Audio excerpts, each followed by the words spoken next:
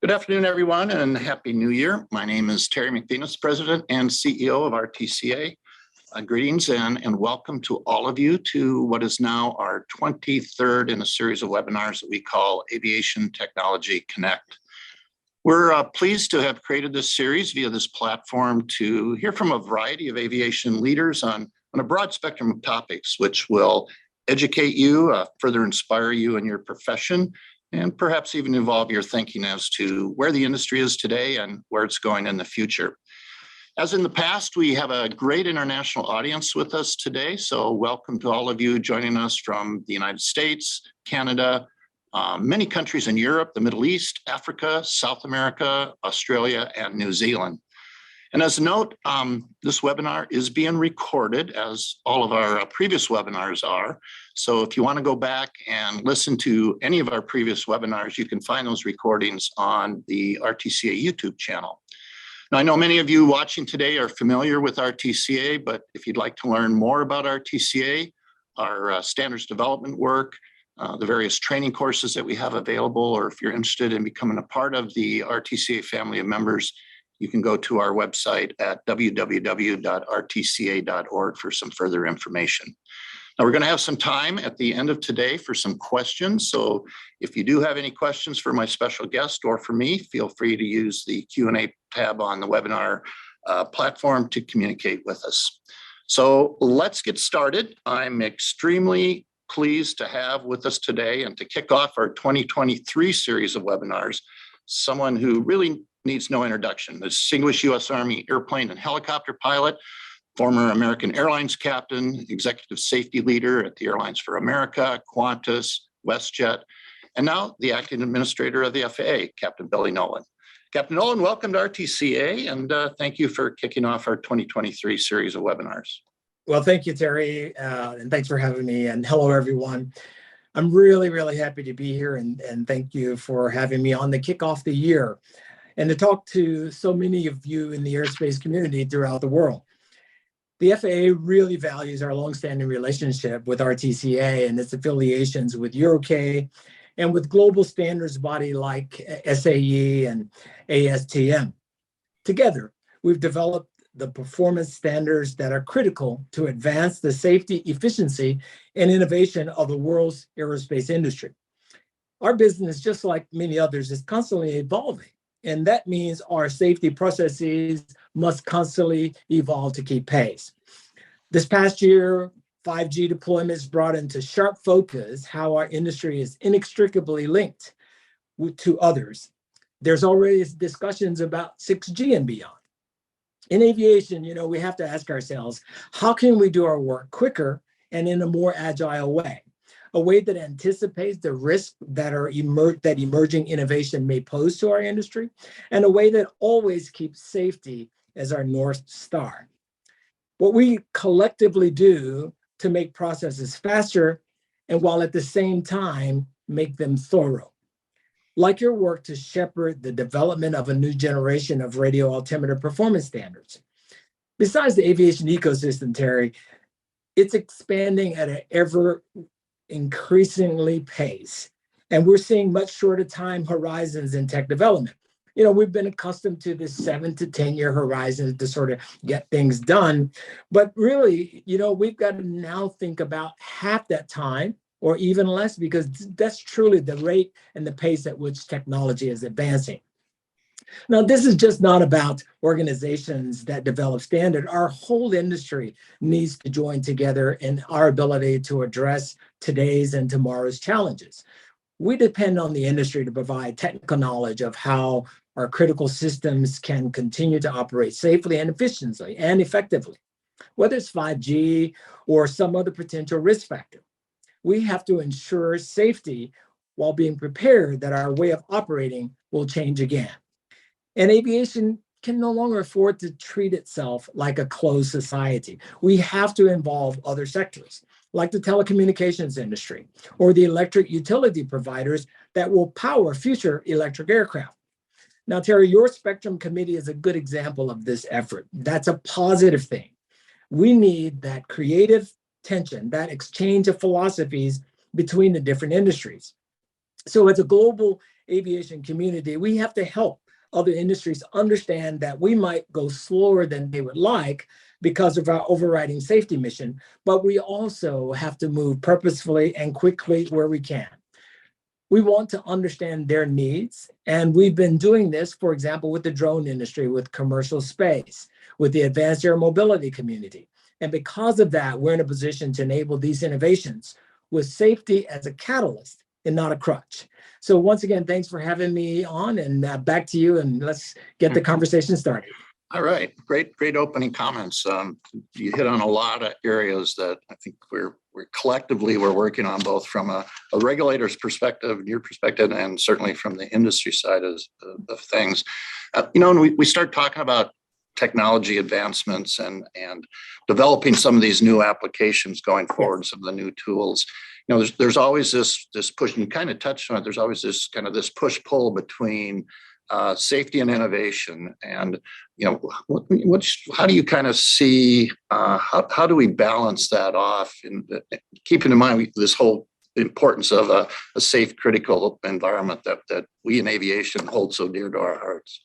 Yeah, it's a really good point and a nice way to kind of kick off this conversation, right? So I think exactly, in a way that you just described, that there's this healthy tension, and there's that healthy push and pull. One of the things that we say, and this has certainly been over the course of this past last year, we've got a lot of things done.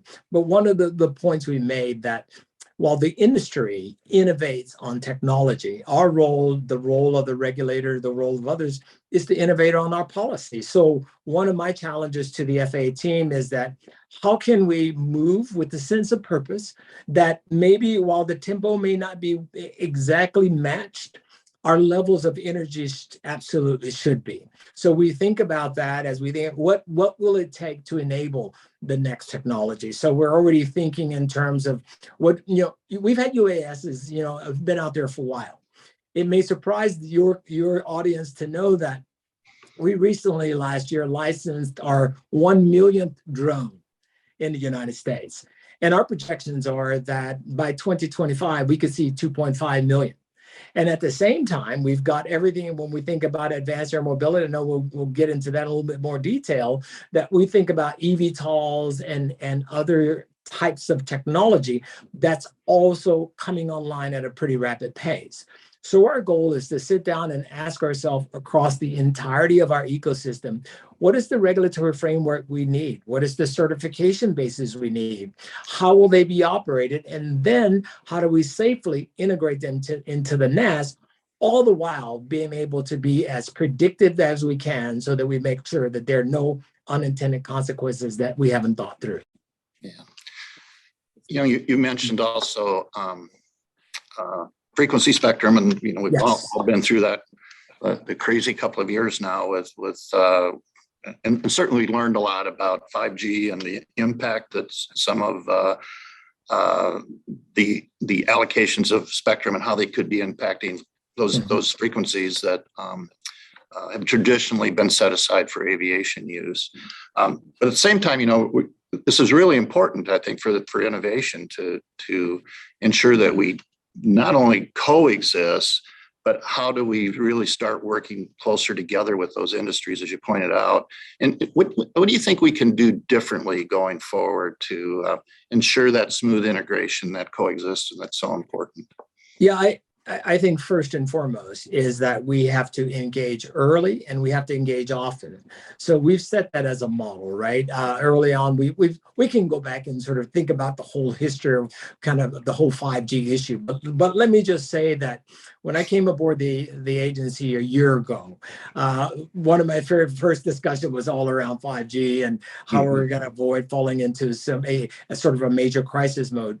But we reached out, but in a way of a collaborative partnership with two of the major telcos that were on the front edge of this bow wave. We were also talking across government agency, and we realized as we were going through this process, and I think we've made great progress, thanks in no small part to the work of RTCA as well. But we realized that getting together early, fleshing out either misunderstandings or differences in finding pathways to agreement, it is critically important for the integration, because we said it from the very front, from the very get-go, that we believe that 5G and commercial aviation can safely coexist. And so our goal is just kind of work through all of what we saw as some early constraints and some of the critical issues that needed to be addressed from a safety spectrum. And I'm proud to say that our telecommunications colleagues have been with us, joined up with us every step of the way. And we've had the same level of crosstalk across the whole of government that I think is a model for how we do this going forward. Yeah. And that's something we've really been pushing out at RTCA, is to ensure that the committee work that we're doing, whether it's on the new radar altimeter MOPS or even future spectrum issues, has the telecommunications industry in the room with us, trying to work on those solutions. I think it's so important. And part of it really is understanding the terminologies that we all use and the assumptions that we all use, because they're different. And they are different. It's an important part of that, engaging early, as you said.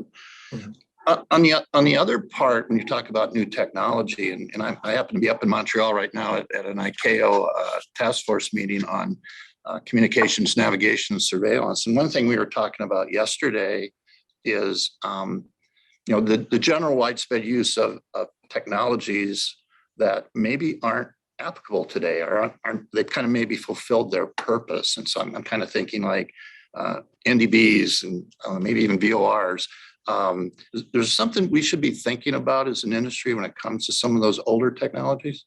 Yeah, it's a good point. One of the things that we've been talking about, essentially, if you look in the United States, and it's probably some of that elsewhere as well, we're essentially operating 3 national airspace systems. We've got the legacy one, just as you talked about. There's still VORs, NDBs, TACANs. At the same time, we've got space-based navigation, right? So you've got all of the infrastructure it takes to run the legacy system. At the same time, everything that we envisioned that next gen was going to do, of which again RTCA has been a critical component of that, and we see those pieces in the underlying technology that enables next gen. Think datacom, think ERAM, terminal-based flow management, all of these other, we could go on with acronyms all day long. And then we think about what's to come. So to your point, so when I look out there and I think about BVLOS, beyond visual line of sight, when I think about how eVTOLs and other, urban taxis might operate and how we integrate in space, it is helpful for us to sort of go back and sit down and says, what's no longer necessary? So that's one of those exercises that we are indeed staring into. There may be a point that some part of this, what I'm mindful of when you look at something as complicated and complex as the U.S.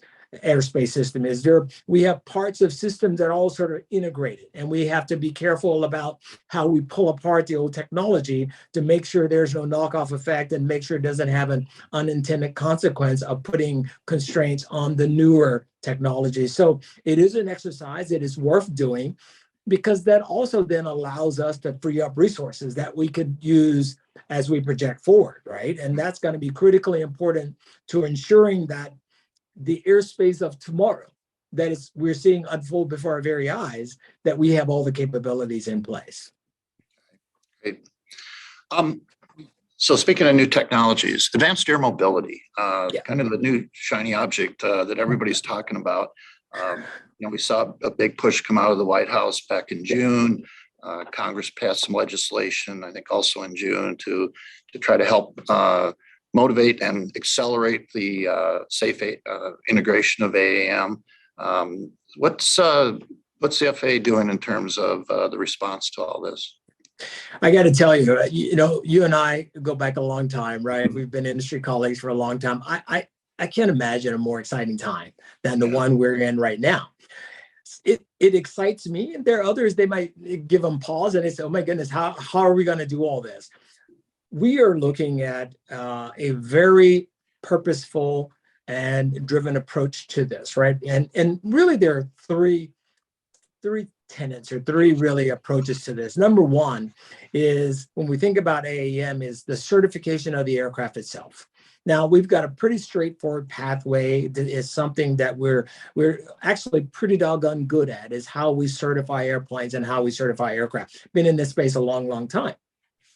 Then we think about next, how do you, when we think about the operation of it, especially if we take the class of eVTOLs, something that takes off vertically like a helicopter, translates into forward flight, and then reaches its destination and transition back to vertical flight and lands like a helicopter again. Now, and what we want to ensure that the pilots who operate it, for those that are going to be operated by pilots, there are some models that are, we are envisioned to be fully autonomous. But how that will operate, what are the kind of requirements from an operational standpoint? So we've already published a notice of proposed rules making. We're using a special FAR to say this is how we think about it, and we're calling, our term is called powered lift. It may be called something different elsewhere in the world, but the approach is, the outcome is the same, right? We want to be sure that it is, once it's certified, that it's safely operated. And then lastly, how do we safely integrate it into the airspace system, be it here in the United States or elsewhere abroad? So our approach to that then is to look at the entirety of the ecosystem, right? I've got the aircraft itself, I've got the operation of it, I've got the airspace, there is an electrical grid piece of it, there's cyber resilience, there are other aspects of this that all need to be considered. So it is not a go-along approach, if you will. We are working. Certainly, we're working as a whole of government approach here in the U.S., but we're also working with our partners around the world to ensure or in an attempt to be as harmonized as we can be. Because our message to the flying public is our expectation, and the public has an expectation that when they climb aboard, there's as safe in these new advanced air mobility vehicles as they are in the airplanes that they're used to flying today. Yeah. Last week we had a workshop in our offices on AAM and brought a lot of our members in to kind of get their views on different parts of the topic. And, it was really eye-opening, and it really brought home the fact to me how much we really have to look at this, not just tactically, but really strategically, and bringing all these different pieces together. And certainly a part of that, and maybe this kind of gets into the some congressional funding that's going to be required in terms of even the infrastructure to support some of these new sort of AAM vehicles. Any thoughts on that piece of it too? Well, let me start broadly, and then I'll come back in, right? So broadly, this past year, last year, I started the year in Singapore, and then I was in Brazil, and was over in London for Farnborough. I was up, of course, in Montreal, where you are. Went to Oshkosh, went down, looked at, talked to business aviation, and was over in Dubai. And so, but all of that was an effort to talk to our global partners. I was in Paris, and how we put together, what does the ecosystem look like? How does governments and how the regulatory entities come together to be as harmonized as we can? And so when we think about it, one of the things that we have been working on is, something we're calling Innovate 2028. So as we think out to the future, exactly as you described it, right? The entirety, see this as an ecosystem. Is not, some one piece you take up and insert into our current system today. What are the resources we'll need? What's the technology needed that's going to enable that? And do we have, what are the additional resources that not only the FAA, but others, municipalities. So, and what states might need, right? This is technology that is moving globally as we speak. And so our ability to get that right, to ensure that it's safe, is one of our most pressing aspirational goals. In fact, what I can say to the community, we look forward to have a robust plan for how we will implement this in a larger scale. And we plan to publish and have that out in May of this year. So in just a few months' time. So I can tell you, we're having those conversations, not only here at home, but abroad, to say, what is it that we need? And we're not trying to figure this out on our own. We're talking to the industry as well. And so there is much a part of this conversation, so that we're all kind of on this journey together to make sure we get it right. Yeah. Yeah. And, there's always so much focus on the capabilities of the vehicles themselves. Yes. But as this really starts getting developed, it's going to be that integration into the airspace. It's going to be so key to that success. Any thoughts on some of the approaches we should take about that integration piece? Well, we work a lot. So I think about, we've done some work with ongoing work with NASA. We're certainly doing ongoing work with RTCA and all the committees. When we think about the next gen, advisory committee and others, when we think about how we partner on a global basis, I think there are a couple of things. We've got to make, because technology is evolving. And maybe this is something we see the industry is helping us solve for.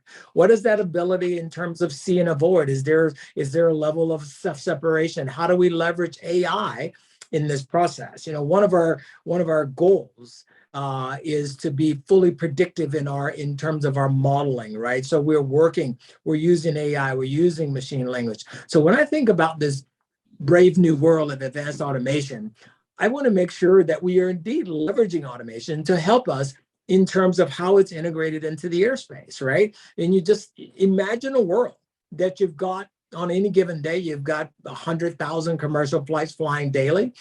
We've got about 27,000, give or take, on a daily basis here in the US. I already said we got 1 million licensed drone. What happens when we get to 2.5 million and we've got thousands of urban air taxis, right? All of that has got to come together in a way that gives us a sense of comfort at the FAA that we're doing it safely. But just as importantly, it's got to give the flying public, a sense that we're doing it right. So we will certainly be transparent as we go through the process, and we're just going to continue to work. So this is an effort that I hear from my team, sometimes on a daily basis, but definitely on a weekly basis, in terms of our progress and how we are thinking about the evolution of it as it more and more comes to fruition. So we've done a couple of things. On a certain basis, as I said, we've already issued that to a couple of the front runners, if you will. As I said, we've got the NPRM on the SFAR out there for how it will be operated. We are looking at the other things we need to do from a regulatory space to put in place. Now, we expect that based on our conversations with industry, based on where we are, we think that more likely is 2024, maybe early 2025, when we will see these really take off and see those first operations. There's some aspiration there, folks who think that might get there in 2023. We'll see how that works out. I can tell you what we will never sacrifice safety for technology. But we are mindful that we'll work together in a very aspirational and purposeful way to make sure we can bring it all together safely and at scale.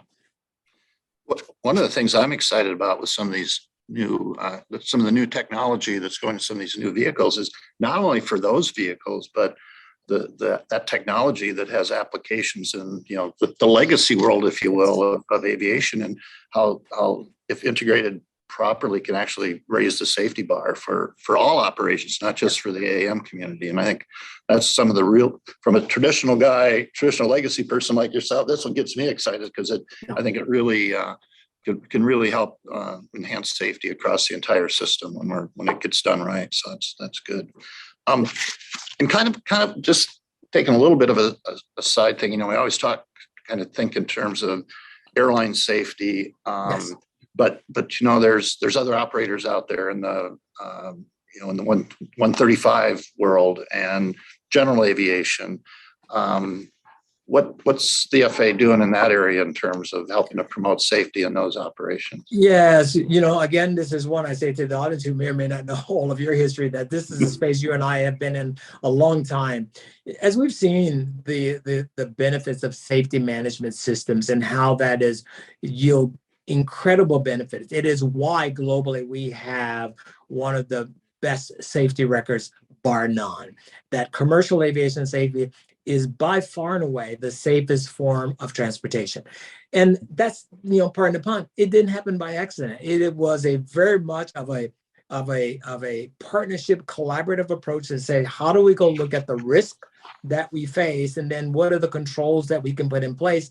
And then how do we have this sort of very much of a risk-based systems approach to this, right? So now we've taken that right? If you recall the early days, for the audience, we had here in the US, the Commercial Aviation Safety Team, which was stood up in 1997 to reduce the overall fatality risk.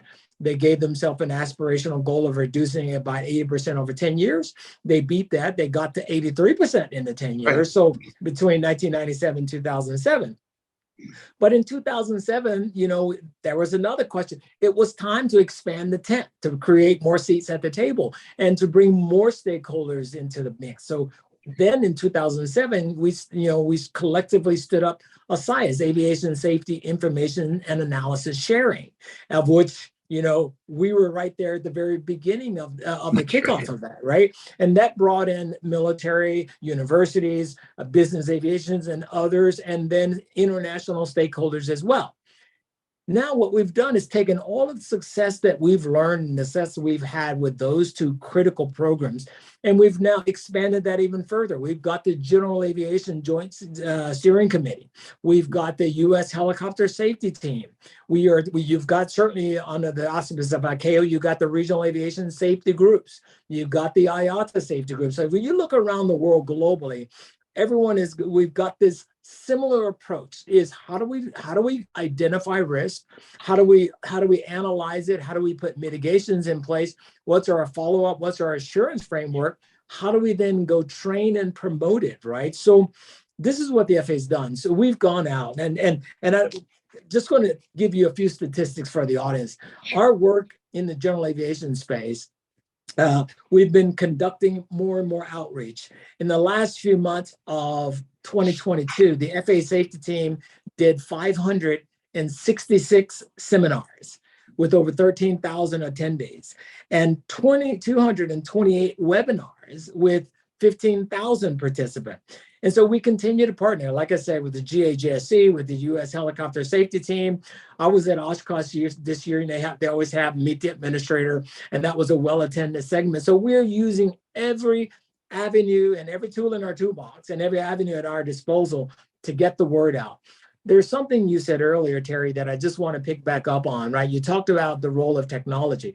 You can go out today in a Cessna or a Piper or whatever, and you've got a lot of folks have got the latest technology. You've got an iPad, you've got a Garmin, you've got moving map displays. In fact, you got some technology in general aviation that commercial aviation doesn't have yet because our bar for certification is higher. So all of those have been tools and have been a technology and how we've leveraged that to improve safety in general aviation. So we'll continue to do that. We'll continue to look for ways to make it even safer as we go forward and this is what I'm really passionate about, is getting to a fully predictive model where we can look out, connect the dots, and stop accidents before they happen. And this is this is something we won't stop till we achieve it. As someone who has a son that's still in the general aviation part of our business, I appreciate that. And I know he does too. And I think he's listening today as well. Let's just kind of shift a little bit about to the environment. Yep. Certainly that's an aspect of our industry that is getting more and more emphasis, and we're being watched a lot closer in terms of what we can be doing as an industry to reduce our environmental impact. Again, I guess it's kind of a balance. How are we going to really balance, the impact and the importance to the global economy of aviation against that continuing backdrop of what we need to be doing for that environmental awareness? Well, you and I were both at ICAO. I was very proud of the work. Let me just say, the work leading up to the 41st ICAO Assembly, right? When we were talking as a part of those trips around the world, we're also to talk with our partners around the world about how we come together to address climate change. And we're working toward building consensus around a long-term aspirational goal to be net zero carbon emissions by 2050. And how do we lay out a pathway to get there? I'm happy to report, but by now everyone's heard this already, and you're at ICAO today, is that, we've got a overwhelming consensus of moving forward, and we adopted the long-term aspirational goal. That's That's the easy part, right? And no, it takes a lot of work in, but it's the easy part. Now is what you're saying. How do we get there? What's that work? So some of the things we're doing, and it's happening elsewhere in the world. We've set out, for example, in the U.S., a aspirational goal to have 3 billion gallons of SAF by the end of the decade. Now, this last year, I think we're at about 18 to 20 million gallons. So we've got a bit of a delta to close off between now and the end of the decade. And then our aspirational goal is to get to 35 billion gallons of SAF by 2050, which would meet all of our needs. But we don't just stop there. It is, it is the entire world coming together, especially this global community, putting our collective heads together to see how do we go enable SAF. There are some looking at hydrogen other methodologies, but no matter what we're doing, we need to be as harmonized as we can in order to make this happen. We are certainly, you've seen the level of commitment from the president and from the Department of Transportation, Department of Energy, and we're seeing the same sort of aspiration. As I talk to my counterparts in Europe, I was in Paris for ECAC, the European Civil Aviation Conference in Paris just last month. And the same kind of conversations we're having about how do we get there? What's the work ahead? And we know we would just keep at it till collectively we can achieve it. I don't want to minimize it. This is the heavy lift, right? As you're well aware. I know there's a couple of questions in the chat. I'll try to summarize at least. It's a big year in terms of FAA reauthorization. Yes. And certification reform. First of all, any particular things you'd like to see from Congress in the FAA reauthorization this year? Well, we always love to see it. I say, the agency, what we need is just really good, consistent, and stable funding sources. When we think about, the NAS that we oversee, the most complex airspace system in the world, we've got an incredibly talented team of 44,000 FAAers that sort of surround me, and we work hard every day. And we see that that's replicated around the world. So I look out there, maybe I'll talk a little bit about what we delivered on last year. So last year, in addition to the work around 5G, and we continue to press forward with the community adopting that by the July deadline of retrofitting, and we could go into that more later. But we also published an SMS for, Part 145 for small operators, for air tour operators, for OEMs. So we've got that, we're in the process of we've got that out there for notice. We are working on, as I said, we are already working on the framework to enable advanced air mobility. And we think some part of that will be in the reauthorization bill. We think about what it is that the FAA needs to do its mission well. That is to keep our nation's airspace, to keep it as the safest, most efficient system in the world. We've made great progress around the Certification Act, and much of that work has been done and it is ongoing. So as I look forward, I look for strong partnerships. I look for the FAA having the ability to be able to carry out its mission well, which is the safety and efficiency of our national airspace system. And we got to think about how we continue our modernization efforts so that the infrastructure, which is there's no other more complex when we think about airspace and the integration of it, that we've got the resources we need to make that happen. In any particular things in terms of reforms in the certification process? The certification, when I think about that, what we look, so we've seen most of them. Once the SMS rule go final, it will be a mandatory piece, but we've seen the voluntary uptake of SMS by a lot of the OEMs, right? We think that's a major step forward. We continue to work, business aviation has always been one that has taken safety very, very seriously. I think of, companies like Gulfstream and others who are doing some incredible work in this space. So when I think about where we go with the large operators, our goal as we think about certification, we think about how we do it and then the validation process with our partners around the world. We want to make sure that we are taking full advantage of how our bilaterals work. But what I'll say there is that I come at it with a sense of guarded optimism that we will get the things that we need to get the work done, and we'll continue to go make our case for it. And then we'll also look for opportunities where we can partner. But we've had good success in meeting the requirements of the Certification Act, and I'm proud of the progress. And I've got a team that's just full on committed to that and getting it done.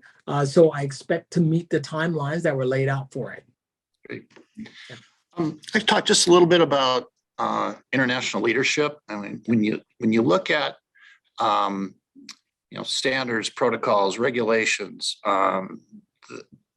that look towards the future, it's so really important that we start talking about those things today, because it's going to be so important as we continue economic growth in our country versus and the role aviation plays in it. How we really harness some of the new aviation to maximize safety, operational efficiencies, and so on. It really is going to take strong FAA leadership, I think, on the international front to actually make some of these things come true. Any thoughts you have on that? What things the FAA is doing from the international perspective?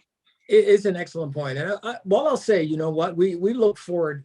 Our goal is to come at it from really a partnership and a collaborative.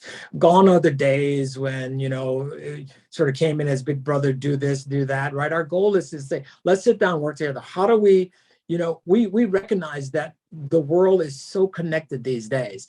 And we have an expectation, or people have an expectation, they're safe no matter where in the world they fly, whether they're in Dubai, Mumbai, Miami, Montreal, San Francisco, you name it, or if they're in Senegal, right? Is that we want to ensure that there's an equivalent level of safety everywhere. So how do we do that? It is by coming together, especially in the regulatory space, but also at the industry. I applaud the work of, the associations, IATA, safety, A4E and A4A here in the US and in the RA. All of those are efforts to be collaborative, to be able to come together and think about what we're doing from a best practice, but also what we're doing in the regulatory space. What is still fit for purpose and what might be, as you said at the top of our chat, what might be outdated. Our goal is to continue to ensure that we update our regulatory framework that keeps pace with the level of change which is coming at us what feels like an exponential basis here. So I'm proud to report. I'll give you a couple of concrete examples. During my time at the Farnborough Air Show, we signed a National Aviation Authorities agreement between ourselves, Canada, the United Kingdom, Australia, and New Zealand. Part of this was how do we come together and harmonize around things like advanced air mobility? When we think about the work we're doing in commercial space, we think about the work we're doing around predictability, is let's leverage the learnings and best practices wherever they come from, be it from here at home or be it abroad. And we're doing the same thing. I have a very close working relationship with EASA. We're talking with ANAC and with Singaporeans, with Korea, with Japan. The fact of the matter, we have to be talking to everybody. I mean, you and I were off camera, and I was saying our goal at the FAA, we just keep making the table bigger and we keep adding more chairs around the table because it is a big table, because this is a global approach to how we improve. We continue on this journey of continuous improvement for aviation. Yeah, certain industries very much motivated in harmonized regulations internationally and the standards work that's behind some of them. I've noticed just in our membership roles at RTCA, we're just getting an even more international audience, to your point of them wanting to come to the table more. So we have members in Japan and Korea and Singapore that are joining up with us or EuroK because they really have a thirst for those international standards. Any thoughts on how maybe industry can work better with on some of this too? Yeah, I think, as we look out and we say, what are the innovators? I always say, what's the innovator? What are you thinking about? And what I want the innovators in the industry, think just beyond what might be your own parochial interest. Say, how will this operate, right? What is the underlying, what is the ecosystem I need? What is the infrastructure I need to support how this will operate? And then how transportable is it? I was over in the Middle East. I was over in Dubai this year as well, and have a conversation. We're seeing countries and nations wanting to do more, right? That says everybody wants to be on the leading edge. No one wants to feel like you're left behind when it comes to this emerging technology.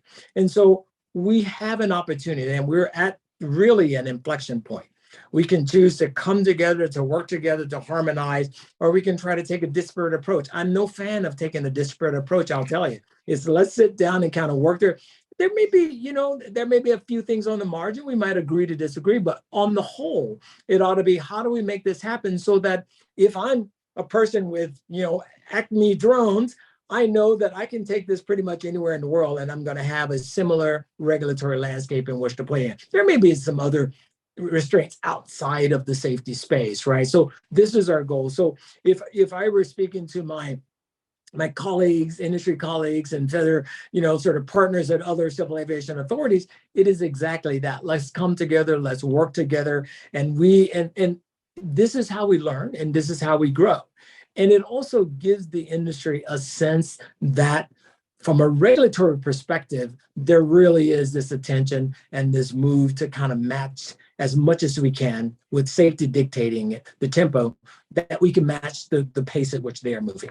Yeah, and so important on that international front again. And when you're up here at ICAO and you're talking about trying to represent the interests of 193 member states of ICAO, and having both equal access to the strong safety standards and regulatory environment, but also giving everyone the tools that are needed to actually carry them out is really important. Again, from a safety perspective, I think, and getting from a worldwide safety perspective. Yeah. Oh, and if I could on that point, Terry, where we've seen strong, and we're seeing this, right? We're seeing strong safety cultures, strong reporting cultures, strong learning cultures. And we see the tangible benefits of that. We see it here at home, and certainly we see it abroad. And so that's always going to be our message. It's certainly always going to mess them out about if you've got if you've got a strong SMS in place.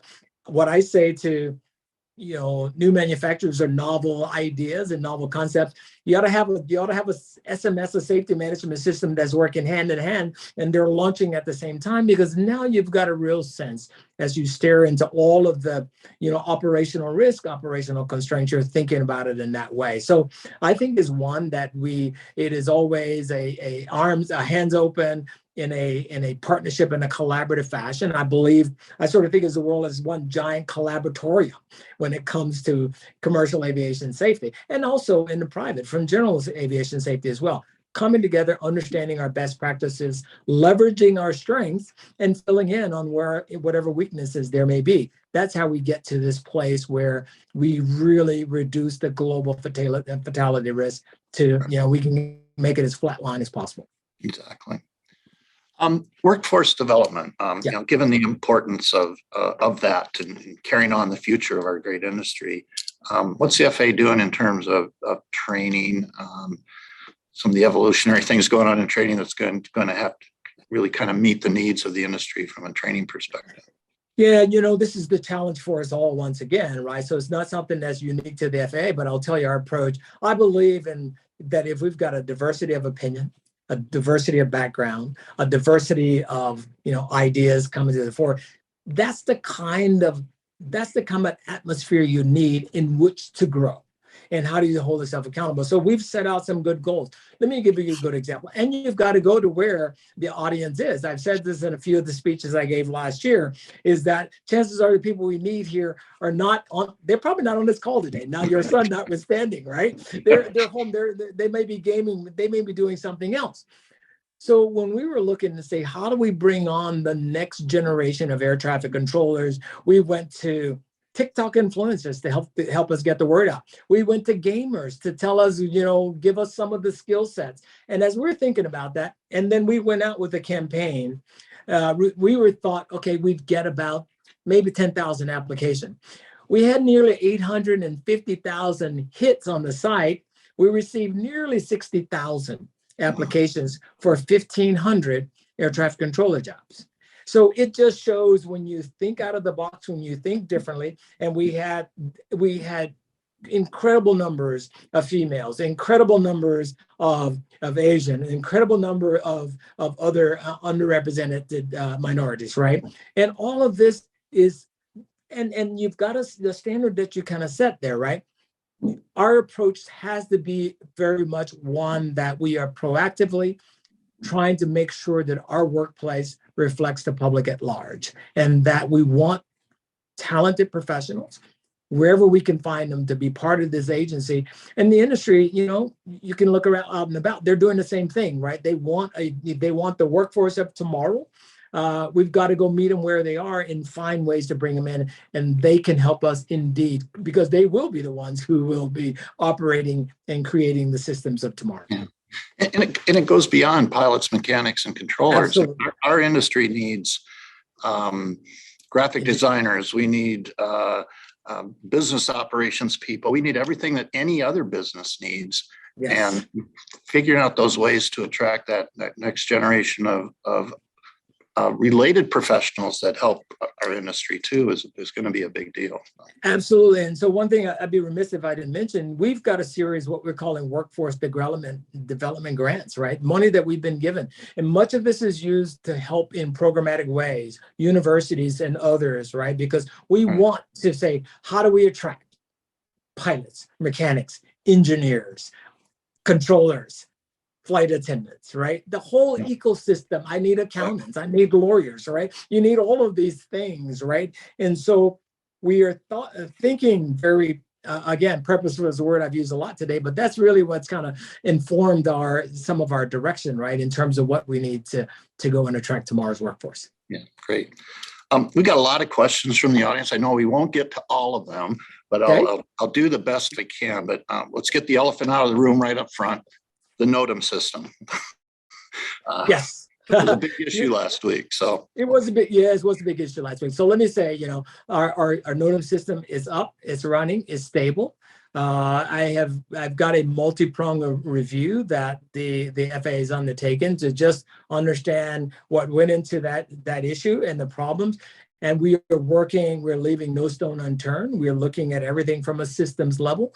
And we'll have more information in the days and weeks to come. But I just want to assure the global flying public that our system is up, is stable and running, and we will be back with more information as we have it. Great. So there's a question here about systems update to ERAM. Any plans for work in that area? Our team, so one of the things, we've been talking a lot about the modernization of the NAS. So I'm going to say, first of all, I'm not an ERAM engineer, so I won't embarrass myself here. But what I will say, all of those things are on the list for us to continue to look at. In fact, we've just had discussions with my staff this morning as we have our weekly staff meeting, talking about exactly that. In fact, we've got more discussions this week talking about modernization and where we have critical infrastructure to make sure that the level of support is there and that we've got the right kind of updates. So that work is ongoing as well. Great. One question here, and I've heard some other folks ask me about this too in the past, and that's the length of time to get aircraft certified or registered, I should say, not certified, but the registration process, and it seems to be taking a little bit longer than it used to. Well, I can say I did talk with, our head of AVS, David Bolter. In fact, we've put some new controls in place around registration. I think folks have already seen that timeline has been shortened, and we continue to work that. And that's one of the top priorities for our aviation safety team, to make sure that we've got that registration where we need it to be. And we continue to explore avenues there for making it even better. I am always trying to look to technology for how I can, again, improve upon its stability. And my goal, not only for last year, but in this year as well, for as long as I sit in the chair as administrator, is to make sure that we are really pressing hard on delivering for the public. That's our goal. That's our job, right? And so how can we improve where our systems need improvements? Let's figure it out. Let's figure out the resources that are needed. And certainly I will then take that up and say, here's what we need to get it done. But it could be just, how we, in terms of our maintenance there. So all of these are sort of top of mind, especially when it comes to technology. Great. One area that's kind of close to my heart, and that's some of the work that needs to be done from an R&D perspective. And I know the FAA is very involved with research and development, and some areas industry is very involved with research and development. There's some research centers that are going, what do we need to do to tie some of that R&D together to actually get it implemented into the NAS? Yeah, it's a good point. I've got a really strong acting administrator for Next Gen in Paul Fontaine. He is just, you work with him and his team very closely. So the work being done at the Hughes Technical Center in New Jersey, the work being done at the Mike Maroon Aeronautical Center in Oklahoma City, have coming together. So our teams, we're thinking very hard about what we do around R&D. What is our sort of speed to market, if you will? We're working with MITRE, we're working with NASA. We are working with the industry. We are leveraging the work of RTCA and the special committees. The radio altimeters are a classic example as the work of SC 239 continues, because we've got to get there, right? We've got to have a new updated standard that looks beyond 5G, looks beyond 6G and say, what do we need? But we recognize also it will take us working closely together with the OEMs, right? With the altimeter manufacturers, with Boeing and Airbus and Embraer and Bombardier and others, right? To make sure that we get it right. All of us collectively putting our heads together that says, and when we think about it from the R&D space, I think in terms of what will the NAS look like in 2030 and then in 2040 and then in 2050, won't be around then, but we want to make sure that we've left a legacy of excellence that follows us, right? So, right. So R&D is something that's near to our heart. There's an incredible amount of work that goes on at the Hughes Technical Center. Yep. And indeed, when we think about our migration toward what we're calling the infocentric NAS, that the work of that R&D has what given us the benefits that we have at Next Gen. Now, we want to make sure when we think of equipment and other things like that, there's still things we need to continue to go do to extract all of the efficiency out of our national airspace system as we can. And some of that is at the FAA level, but some of that is at the industry level. So it does take us coming together to realize all the benefits there. And for the audience, I mean, the FAA's research and development is not done in a vacuum either. There's an advisory committee called the REDAC that really advises the FAA on what some of those priorities should be in the R&D world. And it's really important. I know the FAA takes those recommendations that we provide to the tech center. They take them very seriously. And there's a close tie-in between the work at the tech center and AVS, where it all gets kind of implemented, if you will. So it's really important. And we also make the point when you look at what we have from all of what we call our factor committees. We've got Next Gen Advisory Committee. We've got we've got the AAAC. We've got the Advanced Air Aviation Advisory Committee. We've got ComSec, Commercial Space Advisory Committee. So it is absolutely not a go-it-alone approach. It is bringing together a group of industry experts and say, here's might be an issue, here's a problem, here's a risk. How do we solve for it? Is it technology? Is it elsewhere? Is it policy? And then how do we ensure and we hold ourselves accountable to that. And there are report outs there. So to your point, this is not something we don't ever work in a vacuum when it comes to research and development. It is absolutely a whole of industry approach to it. And then the challenge is connecting the dots from all those advisory committees. So absolutely get something. One really good question. There's certainly, and I think you had talked about it a little bit. There's in some cases a difference of opinion in the approach FAA wants to take on some things versus what EASA likes, the approach maybe they want to take on things. How do you as a regulator collaborate with the EASA to try to get things more converged onto a single path? Because that's kind of important for the industry. So. Absolutely is. And I think I said it, in multiple times today. So we have a bilateral with the EASA that is, longstanding, has been in place for 10 years. I've got an excellent working relationship with Patrick Key, who is the executive director of EASA and managing director. I'm sorry. When I think about our work there, when we think about something classical where, if we're the state of design and the state of manufacture, something would be certified in the US and then validated by EASA or one of our other global partners. So the work of our team is to work together, and we meet early and often, and we have monthly, sometimes weekly dialogue with EASA. And we've also given ourselves, how do we set a good, strong framework in place to where we have differences? My goal is to work out that the differences are just minor, right? Yeah. But that we are working to them to resolution. It is something I take to heart as administrator, and certainly as the direction that our executive director of air of certification in that level of interplay, but across all of AVS and all the way to the front office of the FAA, we work closely with our partners globally to make sure that we're all abiding by the spirit of the bilateral agreement. And where we have some disagreement, let's figure out a pathway to work through those so that we can give a level of confidence and assurance to the industry. Great. You mentioned, I think, perhaps the FAA roadmap on AAM you're planning on coming out. Can you say a little bit more about that? There's a question in terms of what. Yeah, we're still, something we're working on. So, I've meant to be kind of a teaser. We are indeed working there. But if you caught, listening to my comments, right, it's really an entire ecosystem approach to this.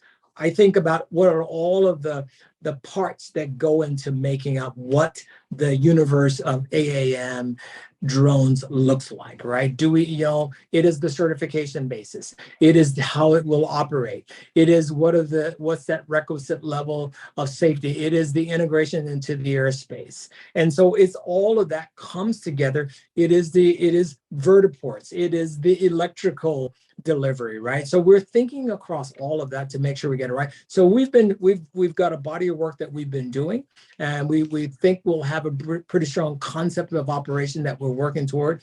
And so expect to see more, and we expect to deliver on that in the May timeframe. Great. I say we could probably take questions for the next hour, but we're really coming to the end of the hour that we have with you. But I do have one question. It's kind of more on a personal level. You've had a great career, very varied, almost as varied as mine. But knowing what you know now, is there anything you would have done differently in your career? In my career, got into this business in the first place? Oh, absolutely. One of my stories I tell, I was sort of starstruck as a kid, young, growing up in Alabama, the sound of airplanes and helicopters, and something grabbed a hold of my spirit, and it hasn't ever let me go. I love the business of aviation in an operational side, from the safety side, and now even and I've done it around the world. I've been blessed to, as you noted, globally with American Airlines, being over in Australia, being in Canada, and now being very fortunate to be and honored to be in this role here. I see everything as a challenge. You and I have been in this space once again a long time, and I think of the challenges of our age. Are we prepared to rise up to meet them? And I think I would argue that we are, and we have, but you never rest on your laurels. So my goal is to wake up every day and say, "Oh, I did that yesterday." Yes, I did yesterday, but there's still stuff to be done today. So I am energized by what I see when I think about what my grandson, for example, who's only 4 years old, what he will be doing in 15 years time, or what today's and tomorrow's generation, the world that we pass on to them.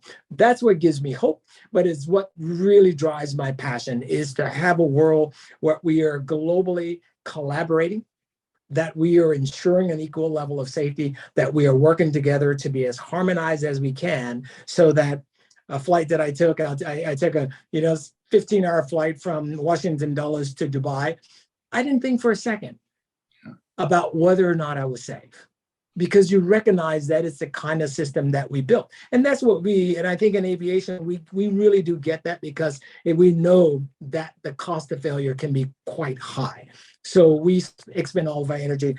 So long-winded answer to answer the question, no, I wouldn't change a thing. Great answer. I think you and I met in 1999, if I remember right. I think you were the ASAP manager at American Exactly. and we've gotten together to compare some notes, I think, with our collective ASAP programs. And since that time, our paths have crossed with different roles. And always a pleasure to work with you. And I look forward to continue to do so in the future. So, Billy, thank you so much for today. Appreciate you taking the time. I know you're very busy, and I know that a lot of your insights were very, very insightful and appreciated by the audience. So thank you. Well, thank you for having me, and thank you to your global audience. Keep up the great work, RTCA, and everything that you're doing. So thank you for having me on today, Terry. Thank you. I've been speaking with Captain Billy Nolen, the acting administrator of the FAA, and I know we all appreciate his valuable participation in the discussion this afternoon. To the audience, I want to thank you as well for joining us. I hope you found today's discussion educational, inspiring, and evolving. Again, these webinars are being recorded, so if you want to review anything presented today or on any of our past webinars, you can do so by going to the RTCA YouTube channel. Now, our ability to bring you these webinars would not be possible if we didn't have the support of several of our members. This year, I'm really pleased to thank our gold sponsors for the webinar, Collins Aerospace and NATCA, the National Air Traffic Controllers Association. We all appreciate their support of RTCA and for this webinar series, so thank you. I want just to take a minute before we leave to let you all know about a couple of RTCA training courses that we have coming up. March 13th through the 16th, our course on safety management systems will be held. For this course, we've teamed up with the MITRE Corporation to deliver the training to line management, maybe some other personnel or individuals that we're going to be playing key roles in safety management, but maybe don't need that level of detailed knowledge that's required by the frontline safety professionals. Really valuable training course for personnel from some of the new entrants coming into aviation that may be unfamiliar with some of the concepts of SMS. So that course, again, March 13th through the 16th. And also coming up in March is our newest course, which is on human factors in the certification process. That'll be held on March 14th through the 16th. As I mentioned in our discussion with Acting Administrator Nolen, last week we held a workshop on advanced air mobility at RTCA headquarters, and that included some participants from manufacturers, equipment providers, operators, industry associations, as well as the FAA. If you're interested in seeing a summary of those discussions, they're going to be posted on our news section of our website later this week. And again, that's at www.rtca.org. We have a number of webinars, again, scheduled throughout this year. And as further information becomes available, they'll be announced and added to our website. And you'll have the opportunity to register for those free webinars. So again, thank you, everyone, for being with us. I look forward to seeing you all again at our next webinar. Thank you for making RTCA a part of your day. And I hope the rest of your day is a good one. Thank you.